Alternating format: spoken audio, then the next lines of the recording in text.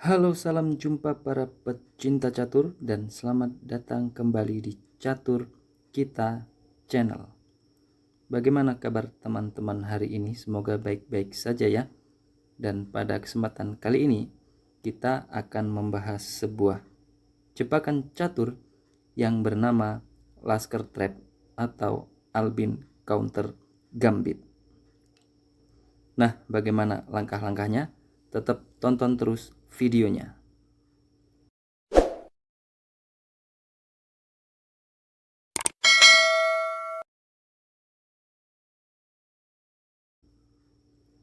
Baiklah, kali ini kita berposisi sebagai hitam.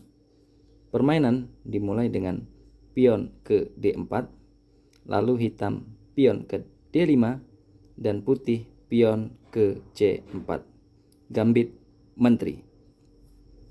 Nah, dalam posisi seperti ini, kita balas dengan pion ke E5. Ini disebut counter gambit. Nah, perlu teman-teman ketahui, gambit ialah mengorbankan sebuah bidak atau pion untuk mendapatkan keuntungan posisional atau nilai yang lebih besar di kedepannya. Oke, kita lanjut saja. Dan di sini putih menerima pion gratis kita. Nah, selanjutnya kita gerakkan saja pion kita ke D4. Nah, pion kita yang ada di D4 ini cukup mengganggu ya, apalagi bagi pecatur yang pemula. Biasanya di sini putih akan melangkahkan pionnya ke E3.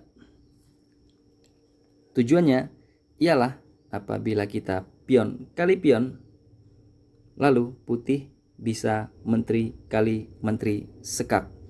Dan setelah hitam raja kali menteri, dan di sini hitam kehilangan hak rokada ya sobat catur kita. Oleh karena itu kita kembali. Nah, oleh karena itu dalam posisi seperti ini kita tidak langsung memakan pionnya ya sobat catur kita. Kita gerakkan gajah kita ke B4 sekak. Nah, dan di sini putih menutup skak dengan gajah ke D2. Nah, inilah mainline dari jebakan Lasker Trap ini sobat catur kita.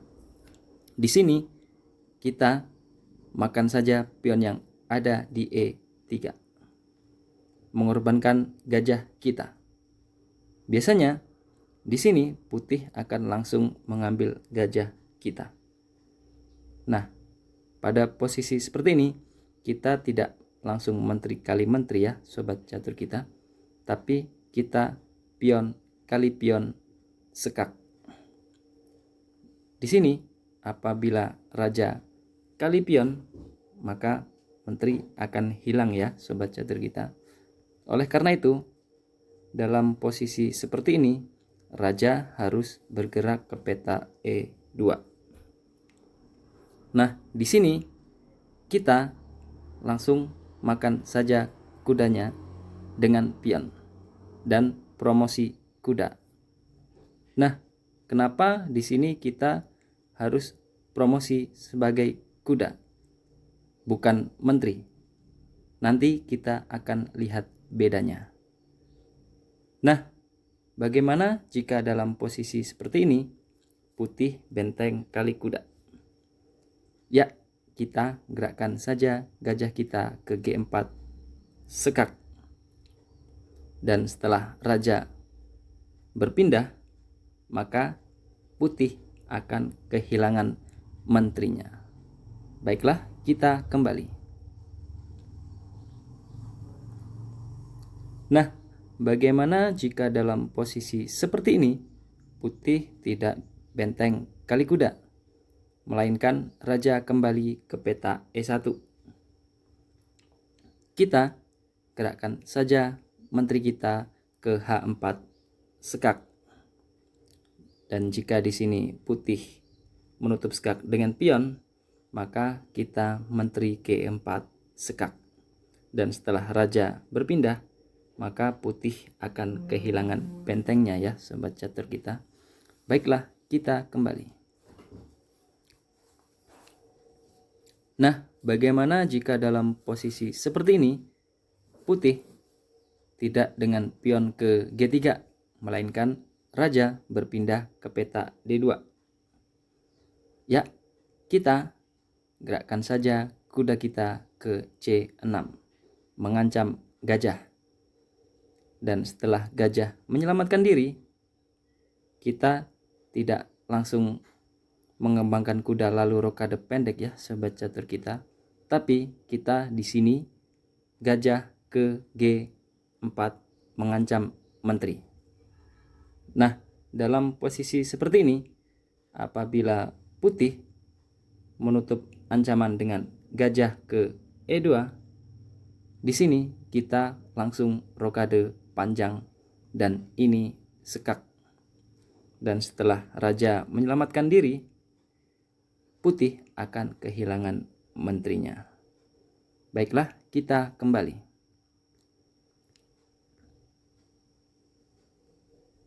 Nah, bagaimana jika dalam posisi seperti ini putih tidak dengan gajah ke E2, tapi dengan menteri ke E1, menawarkan pertukaran menteri?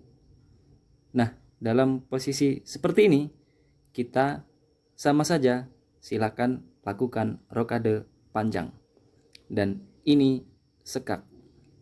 Dan setelah raja berpindah, kita menteri kali menteri sekak dan gajah kali menteri, lalu hitam benteng ke D1 sekak. Dan setelah raja berpindah, benteng kali gajah, dan di sini putih benteng kali kuda. Dan dalam posisi seperti ini hitam unggul 1 perwira ya, otomatis akan lebih mudah untuk memenangkan permainan. Baiklah, kita kembali.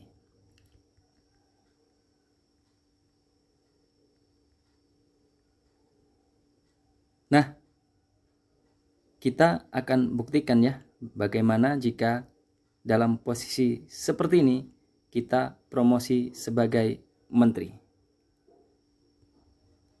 Nah, di sini bedanya ialah kita tidak dalam keadaan tempo sekak sobat catur kita.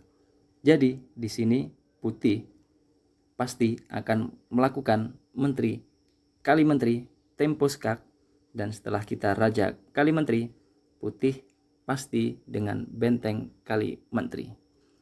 Nah, di sini posisi berimbang ya, kedua belah pihak sudah tidak bisa rokade, tapi di sini perwira-perwira putih cukup aktif ya, sedangkan buah-buah kita atau perwira kita masih tetap di tempat asalnya. Baiklah, kita kembali.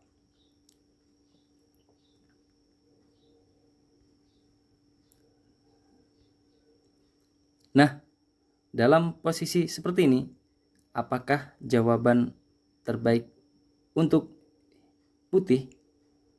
Jawaban terbaiknya ialah dengan pion kali pion.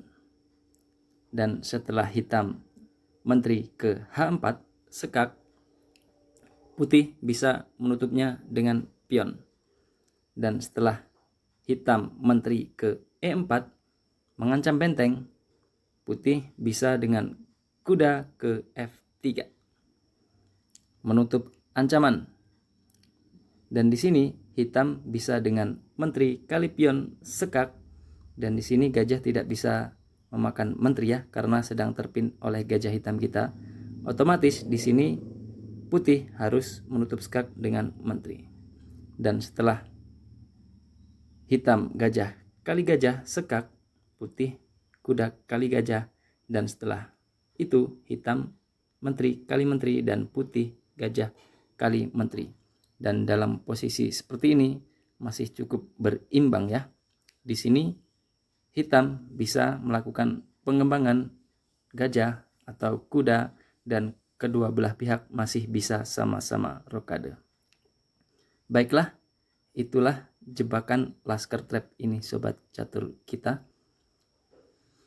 Jika teman-teman menyukai video konten-konten catur seperti ini, silakan tinggalkan komen dan like-nya ya.